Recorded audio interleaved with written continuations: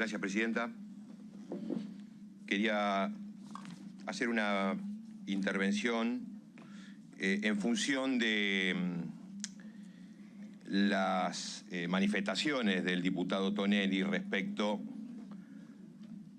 de lo que calificó como deleznable, que vendría a ser el ofrecimiento de, como prueba en este juicio político para distintos hechos, de los famosos chats de D'Alessandro Robles o los chats del Lago Escondido, como se conoce públicamente a esta situación. Y en ese sentido, Presidenta, me gustaría por lo menos dejar en claro que en mi diccionario deleznable no se le puede aplicar a lo que dijo el diputado Tonelli. En mi diccionario deleznable se le aplica a lo que pasó en el Consejo de la Magistratura entre 2016 y 2019, que fue un despliegue obsceno de aprietes, amenazas y extorsiones a distintos jueces, de todo fuero, de toda jurisdicción, y fui testigo presencial de eso, no estoy hablando por los medios de comunicación. Está hablando alguien que muchas veces votaba en soledad contra 12 en distintas situaciones producidas en el Consejo de la Magistratura. No me quiero extender porque no es el caso, pero lo que deleznable es eso.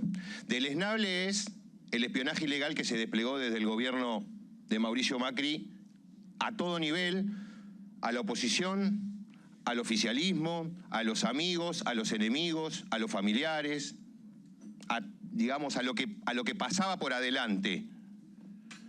Y eso lo vamos a investigar, por suerte lo vamos a investigar en este proceso, porque, entre otras cosas, la Comisión Bicameral de Seguimiento de Organismos de Inteligencia elaboró un documento oficial de este Congreso diciendo que justamente, entre otras cosas, en la Oficina de Escuchas, que luego se convirtió en la DAJUDECO, fue un instrumento de espionaje, de aprietes, de persecución política.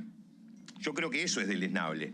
Y no el intento de usar una prueba que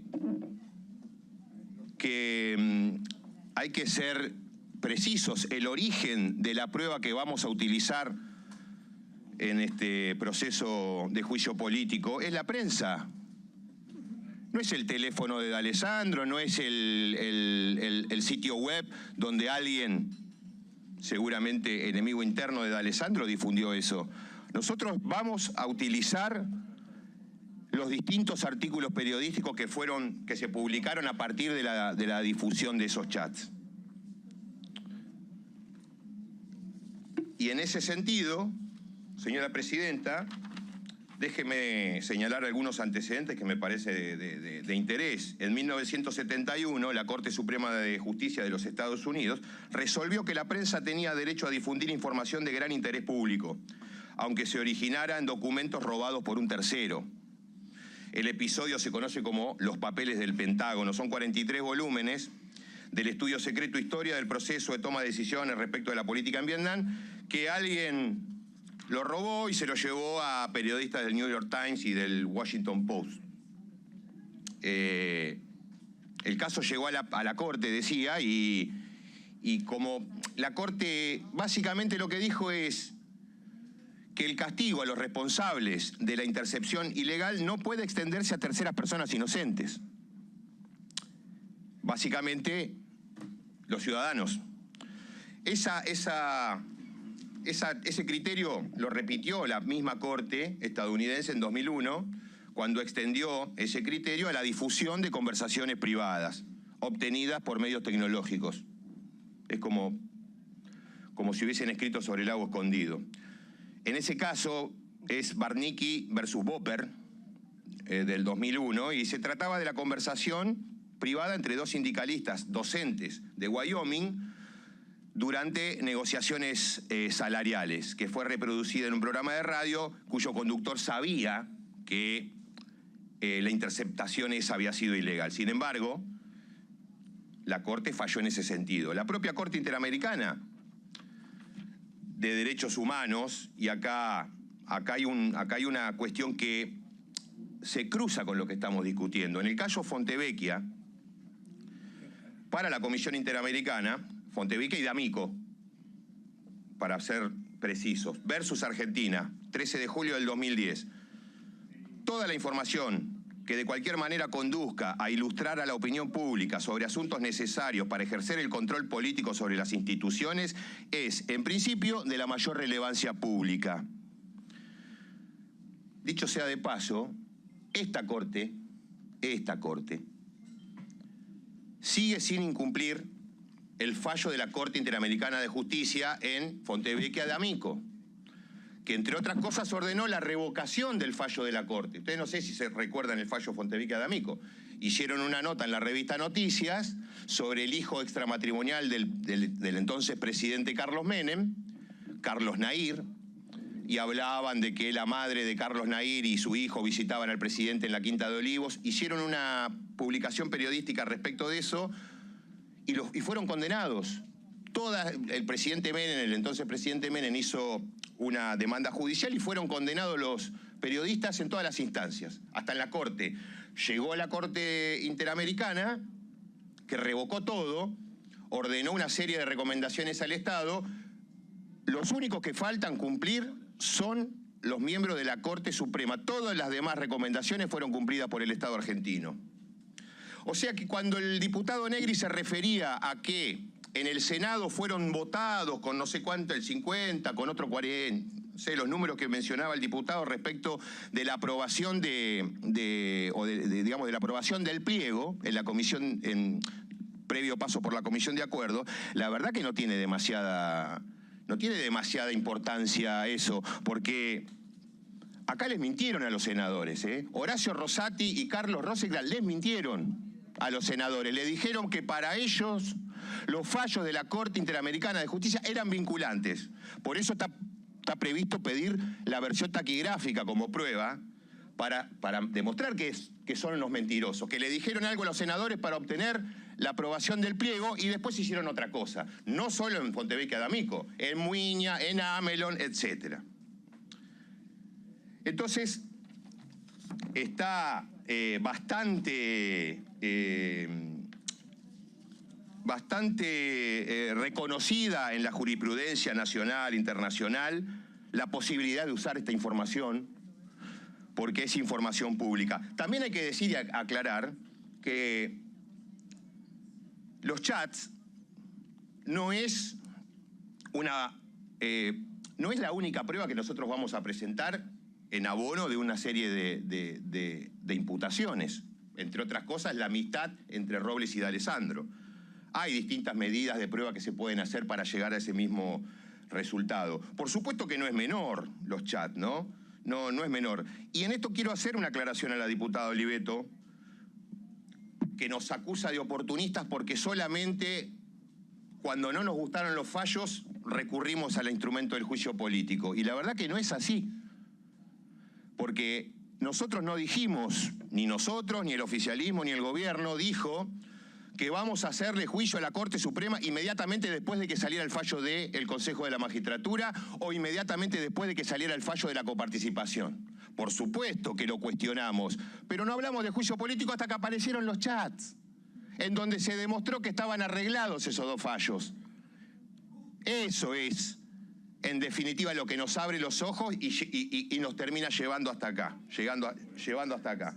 Entonces, no es una prueba, no es la única prueba, hay muchas más. Por supuesto que no es menor y tampoco le voy a quitar relevancia porque además voy a insistir en que se pueden usar esos chats. Hay que analizar, señora presidenta, esta teoría del hackeo, que es la que incorpora el diputado Tonelli para considerar deleznables a los chats.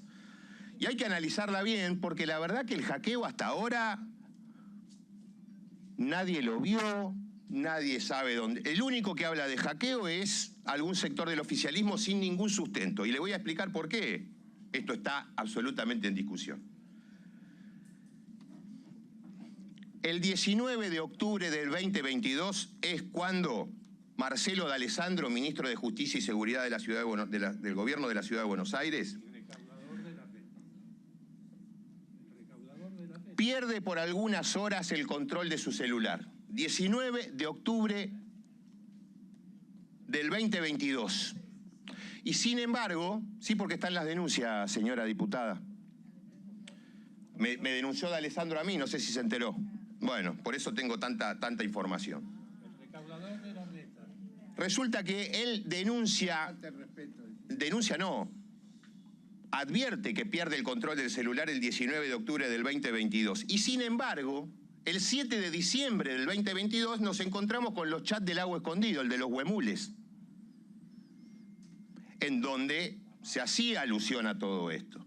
Y ahora voy a ir. Pero ya de entrada tenemos un mes y medio en donde el señor D'Alessandro, ministro de Seguridad, a cargo inclusive del departamento tecnológico más importante del país, de las fuerzas de seguridad, resulta que estuvo un mes y medio con el teléfono hackeado y no hizo absolutamente ninguna actividad para que cesara esa situación. Recién la hace cuando aparecen los chats de Lago Escondido. Ahí hace la denuncia formalmente. Formalmente hace la denuncia ahí. La hizo, por supuesto, primero en su justicia, de la que es ministro, y que ahora están diciendo, bueno, digamos, la fuente del periodista Santoro en La Nación. La hace en su justicia. Sin embargo, en Clarín, perdón. Sin embargo, Diego Santilli había sufrido exactamente el mismo episodio que Marcelo D'Alessandro, y de hecho, probablemente el mismo día. Él sí hizo una denuncia en la Justicia Federal, que le tocó a la jueza Servini, que descubrió que no hay ningún hackeo acá. Descubrió que una persona aparentemente se presenta en un kiosco del Dorado, en la provincia de Misiones, pide un chip y después hace la llamada telefónica a la compañía prestadora contestando las preguntas que le hicieron para acreditar identidad de alguien que también había sido ministro de Seguridad. Imagínense en las manos que estamos. Imagínense en las manos que estamos en materia de seguridad, que vienen a dar cátedra. Entonces, ¿qué descubrió Servini? Que ese hombre hizo el llamado a la compañía, que dijo, yo me llamo Diego Santilli, DNI tanto, soy legislador nacional. Esas eran las preguntas que tenía Santilli preparada para que no le hackearan el celular. Bueno, resulta que le dieron la línea a ese hombre, y durante un mes y medio estuvo mirando las conversaciones de D'Alessandro porque nunca hizo la denuncia, la víctima del hackeo. Se desvanece entonces, el hackeo y el argumento con el cual quieren desechar la validez de los chats. Pero sigamos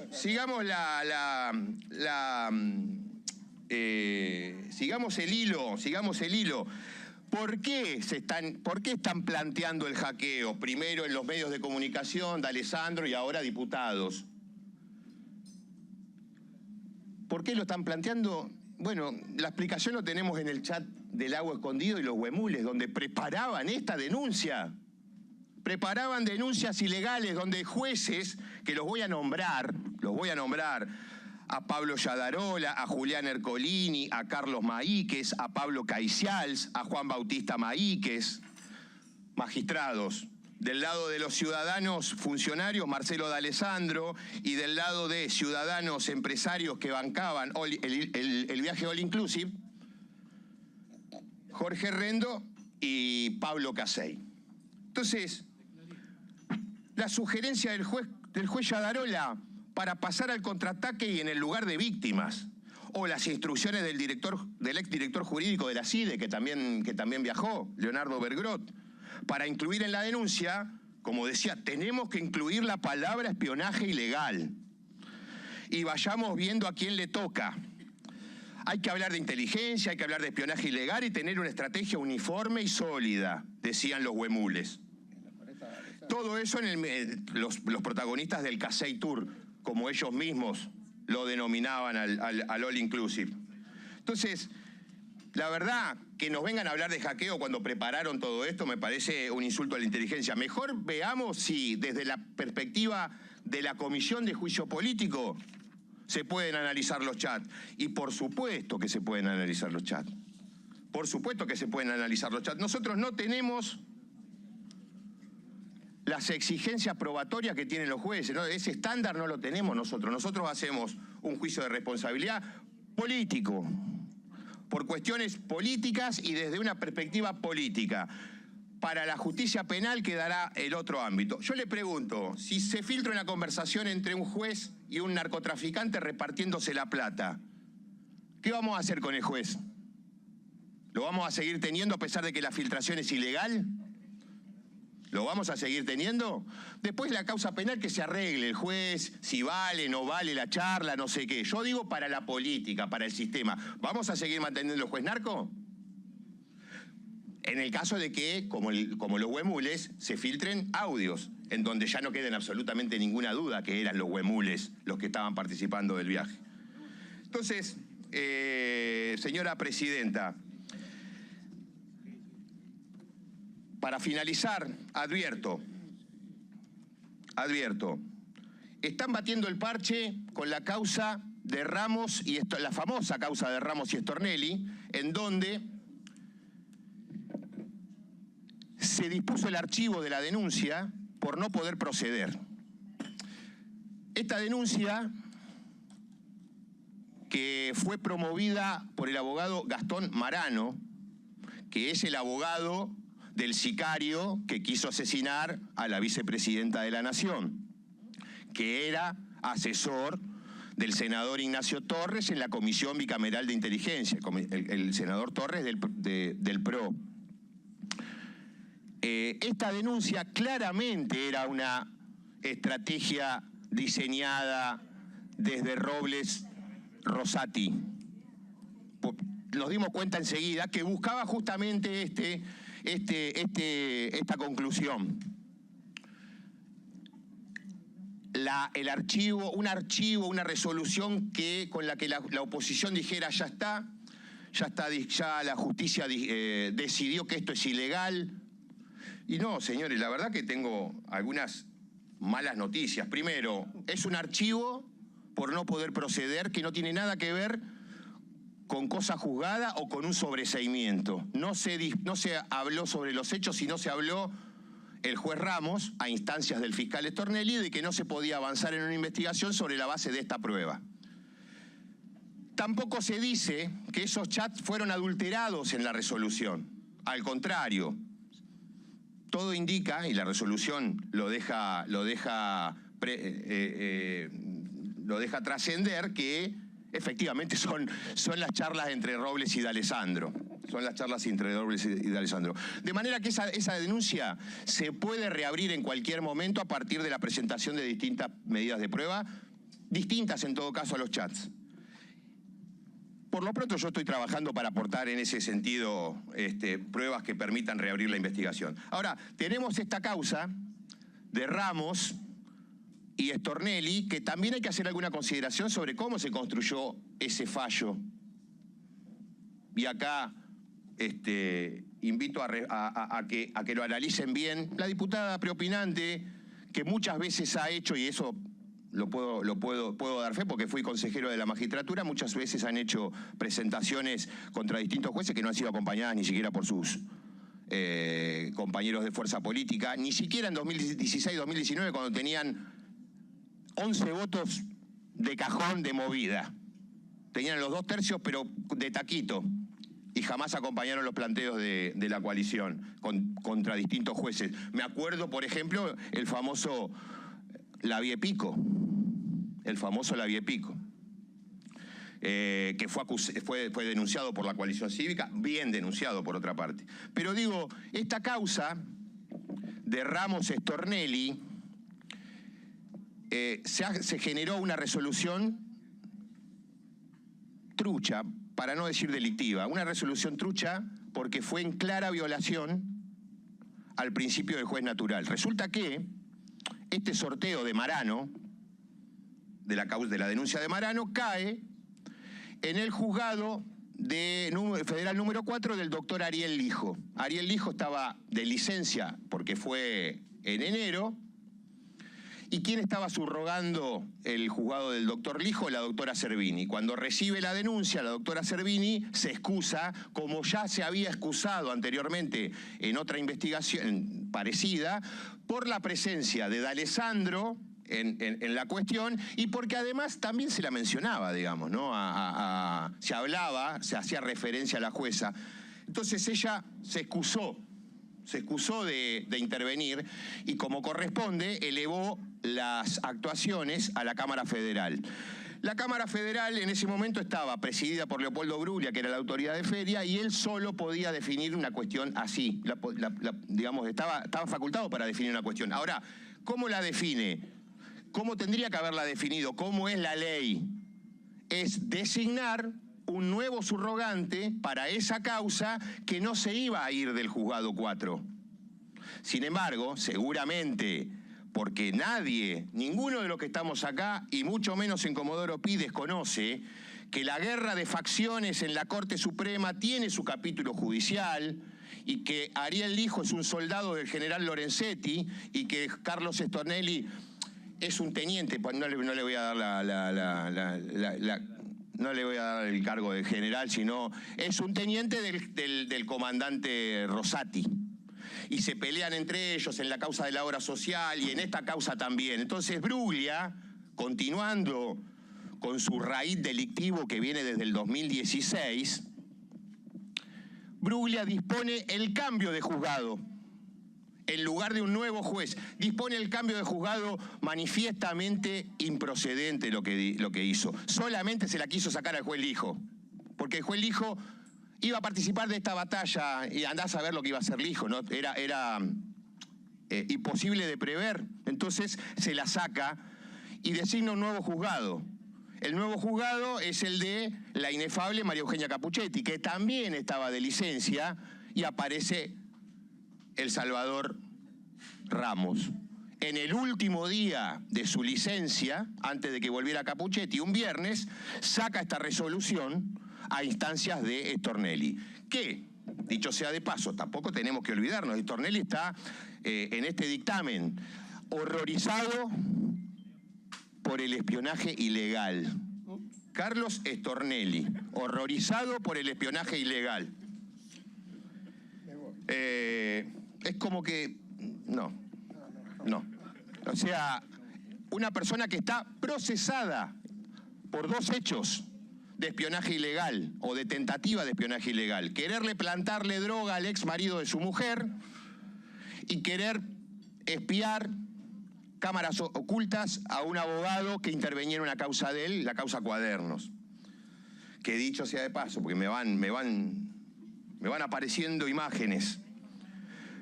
Habría que pedir como prueba, o voy a pedir como prueba, señora presidenta, el dictamen del fiscal Carlos Stornelli en la causa Cuadernos, donde frente a un inicio manifiestamente ilegal de la prueba, dijo que no había nada que anular, que acá hay que investigar, que la libertad probatoria es absoluta. No lo traje ahora al dictamen, pero ya en algún momento de la comisión Y resulta que ahora, cuando Ramos le pasa la causa de Marano, dice todo lo contrario, absolutamente todo lo contrario a lo que había dicho en Cuadernos. Esa es la causa, así se construyó la causa con la que están batiendo el parche la oposición y distintos sectores de que los chats son inválidos. La otra mala noticia que tengo es que ustedes tienen una causa, pero respecto de la validez de los chats hay 3 causas. La causa que inició el gobernador de la provincia de La Rioja, la causa que inició el gobernador de la provincia de Santiago del Estero y la causa que inició el gobernador de la provincia de Buenos Aires. La de La Rioja y la de Santiago del Estero tienen impulso fiscal, tienen requerimiento fiscal, están imputados, les aviso, a Silvio Robles, a Marcelo D'Alessandro y a toda la banda. Están imputados y no les va a hacer resultar tan sencillo terminar con ese expediente. Ahora, en la causa de Santiago llegó a tal punto que le pidieron el celular a Silvio Robles. Vino un oficio del juez federal de Santiago del Estero. Silvio Robles como corresponde a un buen culpable, no presentó el teléfono y fue y hizo un planteo de recusación en el juzgado de Santiago del Estero. En el juzgado de La Rioja, ¿qué es lo que voy a leer? Son 2 párrafos, lo voy a leer porque en el de Santiago del Estero no lo tengo a mano. Dice el fiscal federal de La Rioja: en base a las manifestaciones vertidas por el denunciante, considero que deben diferenciarse 2 cuestiones. En primer lugar, que los hechos denunciados se presentan en este caso plausibles a los fines de instar o dar inicio a una investigación penal, ya que revelan la posible comisión de conductas delictivas que involucran a funcionarios que ocupan cargos de alta jerarquía en organismos de diferentes poderes del Estado. Concretamente, se denuncia a Silvio Federico Robles en su carácter de director de la vocalía del presidente de la Corte Suprema de Justicia de la Nación y a Marcelo D'Alessandro en calidad de ministro de Justicia y Seguridad del Gobierno de la Ciudad Autónoma de Buenos Aires. La tercera causa, la que hizo el gobernador de la provincia de Buenos Aires, todavía no tiene requerimiento fiscal porque el juez, como buen juez, mandó a certificar todas las causas que están dando vueltas alrededor del mismo tema para luego pasarle el expediente a la fiscal y que diga lo que tenga que decir respecto del requerimiento o de la competencia. ¿Qué es lo que tendría que haber hecho Ramos? ¿Qué es lo que tendría que haber hecho Ramos? Porque la denuncia de Marano fue posterior, por lo pronto, a la de Santiago del Estero. Entonces, hay muchos elementos que indican que los chats no solo que son válidos y los podemos usar acá, sino que además son verdaderos. Yo creo que por ahí la prueba central de que los chats son verdaderos es que D'Alessandro no sigue siendo más ministro de Justicia, no está más en el ministerio. Larreta lo separó, Larreta lo separó.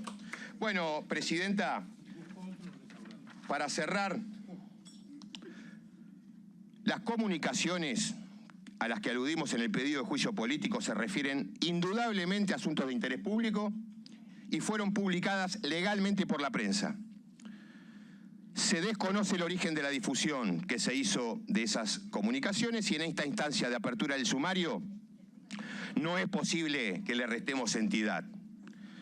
La versión que las pretende como producto de un hackeo ilegal formó parte de la misma elucubración de los viajeros al lago Escondido en el marco de sus maniobras con destino a eludir la acción de la justicia en el Casey Tour. Y finalmente, la evaluación y disquisición sobre el mérito de esta prueba deberá realizarse en forma conglobada con todos los elementos que se colecten en el proceso informativo que se inicia hoy, Presidenta, a partir de la votación afirmativa. Así que dejo sentado esto para que sea la introducción para cuando nos pongamos a discutir en profundidad esta prueba. Nada más.